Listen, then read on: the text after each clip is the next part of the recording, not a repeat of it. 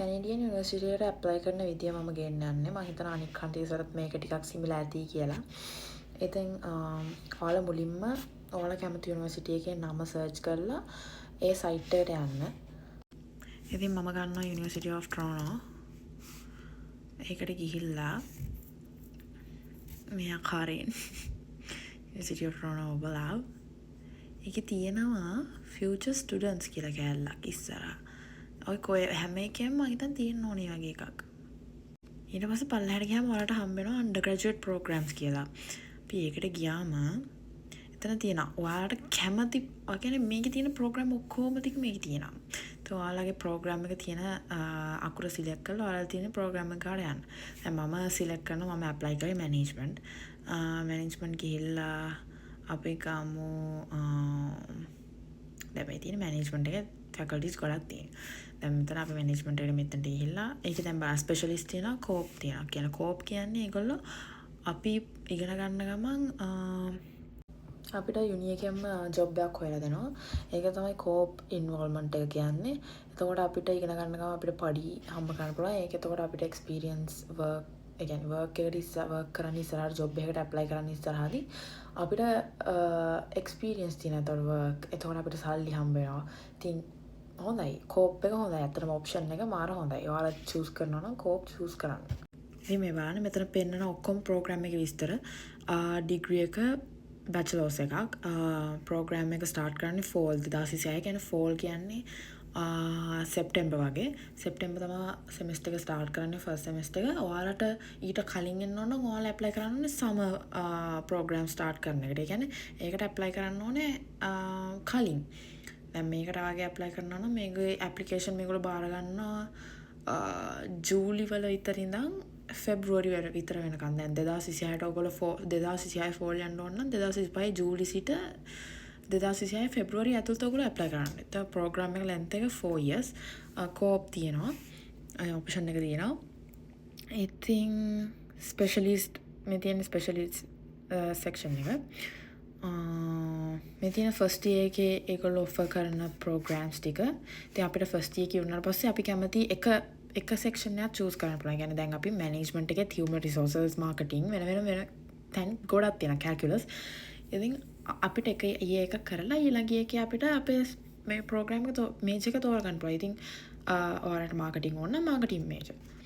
ඊට පස්සේ co-op එක මේ තියෙන co-op එක වැඩ කරන විදිහ. ඉතින් මේ වගේ හොයාගන්න පුළුවන් ඔයාලට. ඉතින් ඒගොල්ලෝ පෙන්නනවා. ඉතින් මෙහෙම ගිහින් යටට ගියාම තමයි උවමනාම කියන්නේ. ඉතින් මේක තමයි අත්‍යවශ්‍ය කෑල්ල. ඒ හින්දා කරුණා කරලා මේක හොඳින් අහන්න. මේ කෑල්ල Ontario high school students වල. ඒ කියන්නේ මෙහි ඉන්න Ontario province එකේ students ට අදාළ information requirements admission දාන්න. මේ Canadian high school මේ Canadian ඕන ඉස්කෝල එක කාට හරි. මේ තියෙන්නේ උවමනා කෑල්ල international high school students. එතකොට ඒගොල්ලෝ කියනවා required අනිවාර්යෙන් ඕන කෑලි තමයි මෙතන තියෙන්නේ. English ඕනේ. Advanced functions ඕනේ. අපිට advanced functions කියන්නේ මොකද්ද? ඔයාලා ඒක නම් මම දන්නේ නැහැ. calculus and vectors මම හිතන්නේ ඔයාලා මේ ඔක්කොම එකටනේ කරන්නේ. අපිට මේ දෙක වෙනම තියෙන්නේ. කියන්නේ maths අනේ මම දන්නේ ඒ level වල අනේ මට ඒක කියන්න තේරෙන්නේ නැහැ. මට ලංකාවේ system එක මට මතක නැහැ ඇත්තට. ඉතින් A levels ගැන මම දන්නේ O levels වල නම් ඔක්කොම එකටනේ යන්නේ. ඉතින් අපේ මේ දෙක වෙනම යන්නේ. දැන් ඒගොල්ලෝ පෙන්නනවා minimum 70% English. ඔයාලා O level හරි A level හරි English mark එක 70%. mid 80s overall. ඒ කියන්නේ ඔයාලා average එක ඔක්කොම ගත්තාම 80% කියන්නේ 85 mid 80s කියන්නේ ඒකයි. 85 වගේ තිබ්බනම් ඔයාලට coop වලට යන්න ඕන නම් mid to high 80s overall තියෙනවා. හොඳේ.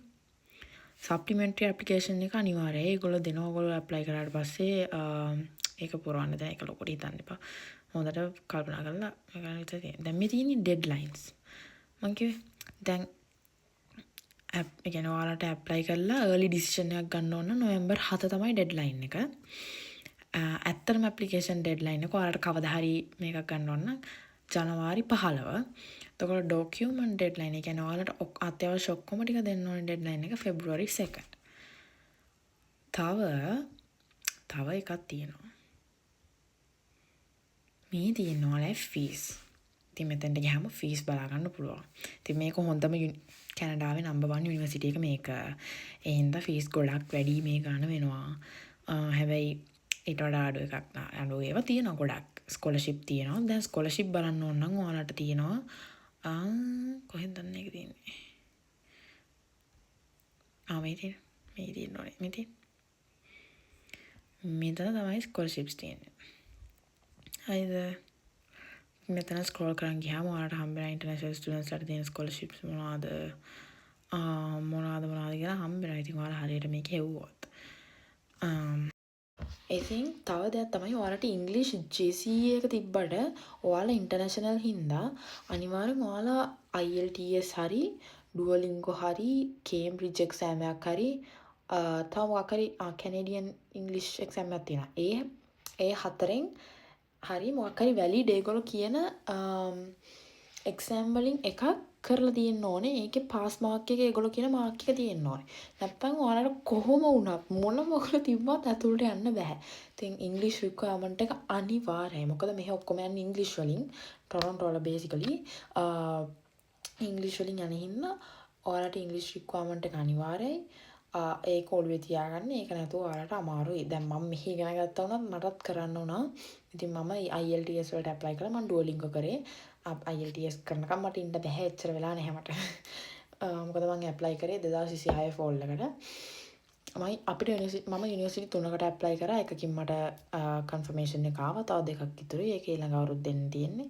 රවුන්ඩ්ස් යන්නේ ඒගොල්ලන්ගේ. ඒ වගේම තමයි ස්කෝලර්ෂිප් ඇප්ලයි කරන ඩේට් ඔයාලා හොඳට බලන්න. ඇප්ලයි කරනවා නම් ඒක අනිවාර්යයි. තව මොන හරි දැනගන්න තියෙනවා නම් සමහර ස්කෝලර්ෂිප් තියෙනවා ඔයාලා ඉස්කෝලෙන් නොමිනේට් කරන්න පුළුවන්. ඉස්කෝලේටම නොමිනේට් කරන්න පුළුවන් එච්චරයි. ඉතින් ඒ වගේ ඒවා ගැන හොඳට කල්පනාවෙන් ඉඳලා බලා ගන්න. ඉතින් තව මොන හරි දැනගන්න තියෙනවා නම් මට පල්ලෙහින් කමෙන්ට් එකක් දාන්න. මම ඔයාලට කියන්නම් අනිවාර්යෙන්.